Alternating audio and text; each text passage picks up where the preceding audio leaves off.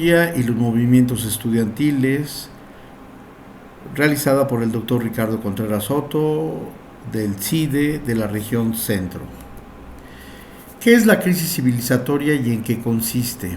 La crisis civilizatoria es un concepto que se refiere a una profunda crisis multifacética que afecta a la sociedad y al medio ambiente a nivel global. Se caracteriza por ser crisis de un modelo de producción y consumo insostenible que amenaza la vida en el planeta. Esta crisis es considerada como la crisis terminal del patrón civilizatorio de la modernidad occidental capitalista. La crisis civilizatoria implica degradación ambiental, es la explotación excesiva de los recursos naturales que ha llevado a la destrucción de ecosistemas y la pérdida de la biodiversidad. La desigualdad social, el modelo económico ha incrementado las brechas de desigualdad, ignorando los saberes originarios y tradicionales, negándolos y generando epistemicidios. Los cambios climáticos, el impacto humano en el clima está provocando eventos externos y alteraciones en los ciclos naturales. Los riesgos sobre la salud que afecta a la salud humana y de las especies, poniendo en riesgo la continuidad de la vida.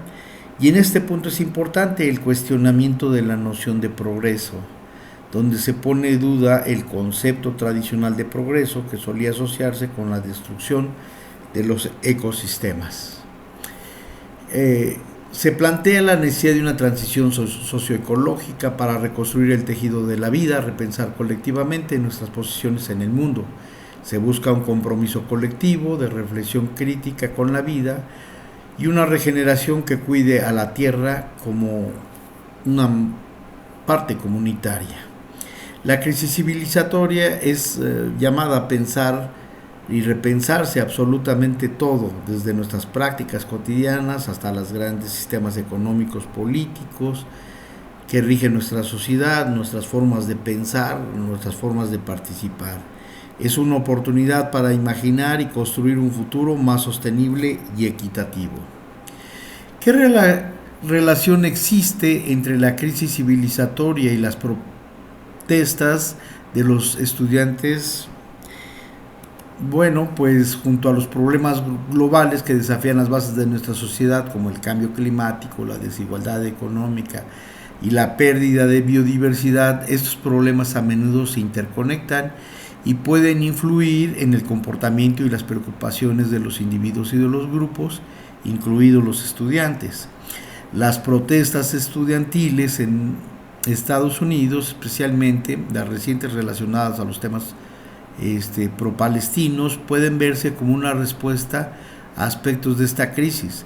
Los estudiantes pueden expresar su descontento con políticas gubernamentales y universitarias que perciben como parte del problema más amplio de injusticia global y la falta de sustentabilidad. Por ejemplo, las protestas de la Universidad de Columbia y otras instituciones han destacado las cuestiones de inversión financiera en empresas vinculadas al conflicto israelí-palestino y la libertad de expresión en los campos.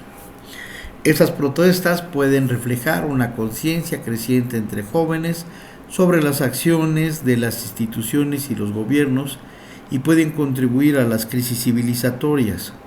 Al mismo tiempo, las manifestaciones estudiantiles pueden ser vistas como un llamado para abordar los problemas de una manera más amplia, efectiva y justa. Las protestas estudiantiles en Estados Unidos pueden estar relacionadas con las crisis civilizatorias en la medida que los estudiantes actúan motivados por las preocupaciones de fondo sobre justicia social y ambiental y buscando cambios políticos y prácticas que consideren que contribuyen a la crisis global. Habíamos hecho una reflexión sobre el papel de las universidades en el mundo contemporáneo, que son los centros de pensamiento y reflexión, y también de lo que sucede en la sociedad. Hasta aquí las universidades de Estados Unidos demandan cese al fuego a la población palestina y también que se les deje dar recursos económicos para que continúen esta guerra. El problema es que no es el único problema que hay bastantes problemas y que se han venido agudizando a través del tiempo derivados del sistema económico y del sistema mundial que predomina. Se promete un mundo que beneficia al país, que hace referencia y que se autoadscribe a su población y solamente a ella.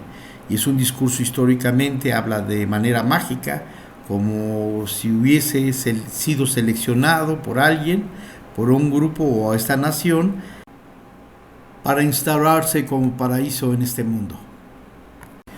Estos temas se deben de hablar en las universidades, se deben de reflexionar lo que sucede, pero también se debe ir buscando propuestas que ayuden a transformar este mundo. El paraíso perdido está agotado, no hay posibilidades de desarrollo desde esta perspectiva.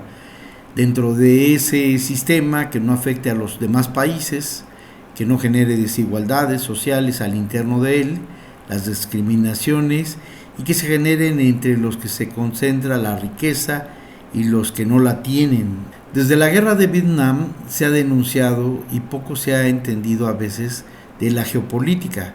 Decían con justa razón los jóvenes de los 60 y parte de los 70 que ellos estaban peleando con Vietnam y que ellos no los conocían y nada tenían que ver con ellos y no era algo que estuviera perjudicándolos.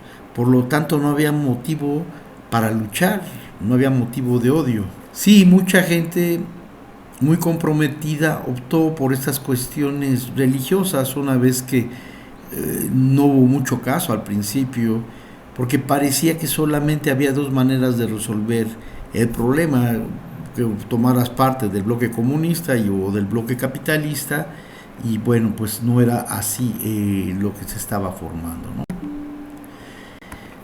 Bueno, también ha habido intentos y sigue habiendo intentos de que las escuelas se vuelvan centros de culto, donde se fomenten dogmas, esquemas de pensamiento para desarrollar e interpretar las cosas y los sistemas económicos. Entonces se hacen grupos de sectas, de fanáticos o de pequeñas parroquias, donde cada una de las universidades tiene sus santos y sus preferencias y sus cultos de manera dogmática. Sí, en la época neoliberal se trataba de distinguir el pensamiento crítico de América Latina.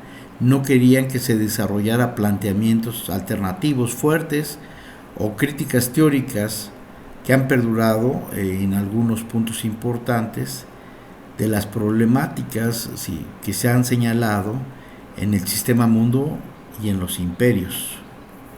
Actualmente se ha venido agudizando al interno de los países la desigualdad y hay una tendencia muy fuerte al neofascismo que busca mantener supuestamente a un grupo en el poder y que pueden ser los blancos o los ricos. Para Latinoamérica, ante la crisis y la decadencia del neoliberalismo, se ha querido reinstaurar más radicalmente el neoliberalismo. Lo hemos visto en el caso de Argentina, en Bolivia en su momento, en Perú, actualmente en Uruguay, en Ecuador. Sin embargo, han salido gobiernos llamados progresistas que traen una agenda alternativa en el sistema y no es muy radical, proponen ciertas cosas. Considero que es importante partir de los problemas de sobreexplotación en los países africanos y latinoamericanos principalmente para poder pensar de manera amplia sobre el mundo. De los problemas de migración pues se saquean a los países dominados, periféricos y semiperiféricos y no se les permite crecer y más bien se va dilapidando, se va robando, se van quitando sus capacidades, sus proyectos estratégicos y esto genera pues desempleos y una masa de pobreza que pone la vista las personas en Europa y en Estados Unidos. Y la migración ha sido su flagelo, pero también ha sido su producto de las ambiciones de los países centros que tienen un grado fuerte de responsabilidad de este fenómeno.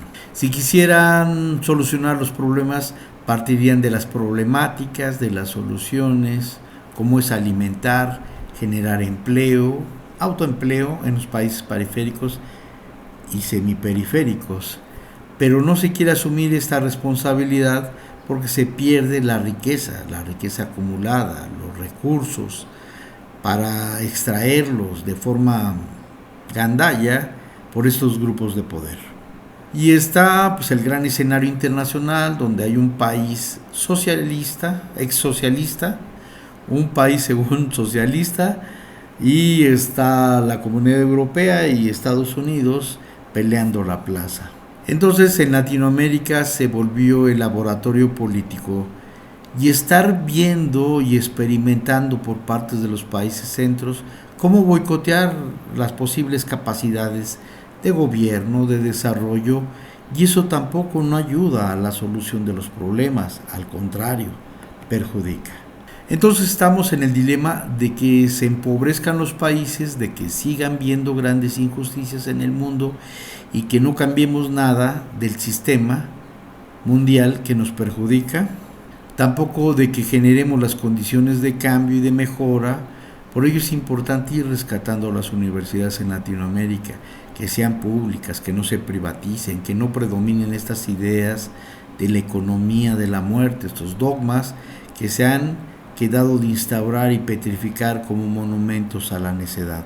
Es hora de que se defienda a la universidad como espacios críticos, propositivos para formar, apoyar, evaluar, generar conciencia, proponer, diseñar nuevas formas de sistemas de vida. Sí, el problema del genocidio es el problema principal, el problema de la guerra, pero no está divorciado de todas las variables que busca el imperio imponer para extraer un territorio, una tierra y los beneficios en el capitalismo.